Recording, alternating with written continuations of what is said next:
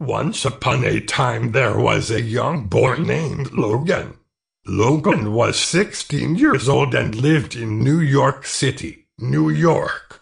While walking home from school one day, a blue German shepherd jumped out from behind a bush and tackled Logan to the ground. But just when he was about to let out a scream for help, Logan realized that the blue German shepherd was only licking his face, not trying to bite it off. At that moment, Logan decided to keep the blue German shepherd as a pet. And on the way home he decided to name his pet blue German shepherd George.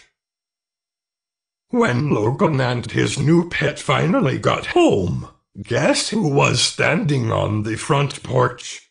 That's right, it was Logan's mother, Dorothy. And boy was she surprised to see a blue German shepherd following Logan into the yard. "What in world is that?" shouted Dorothy. "It's a blue German shepherd," answered Logan. "Duh, I can see that, Logan, but what on earth is it doing here?" said Dorothy.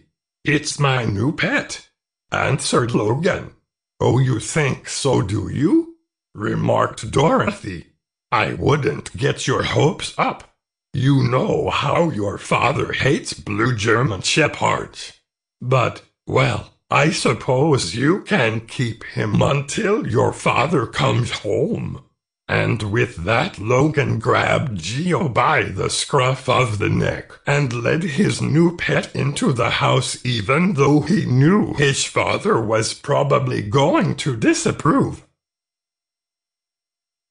Once in the house, Logan and Geo played and played. That is until Logan's favorite television show, Cousin Trouble, started. At that point, Logan forgot all about Geo having an unsupervised run of the house. That is until halfway through Cousin Trouble, when Logan was brought back to reality when he heard his father shout, "Stupid! Logan, get your bum in the study room now." With that, Logan rushed into the study room to see what all the fuss was about. When he entered the study room, there stood his father, Jeremy, pointing toward the stool. "Will someone please explain that?" asked his father. Then, as Logan followed his father's finger to where it was pointing, he instantly knew what his father was so upset about. There, smack dab in the middle of the stool, was the biggest pile of German shepherd crap he had ever seen. "I don't even want to know how that got there," said Jeremy. "But you had better get it cleaned up now. And you had better get rid of whatever it is that could have done such a thing." Well, knowing his father as well as he did, Logan knew there was no sense even asking his father if he could keep Geo for a pet. So without hesitation, Logan set out to find where Geo was hiding. After a few minutes of looking, Logan discovered Geo crouched beneath the table that Logan did his drawing on.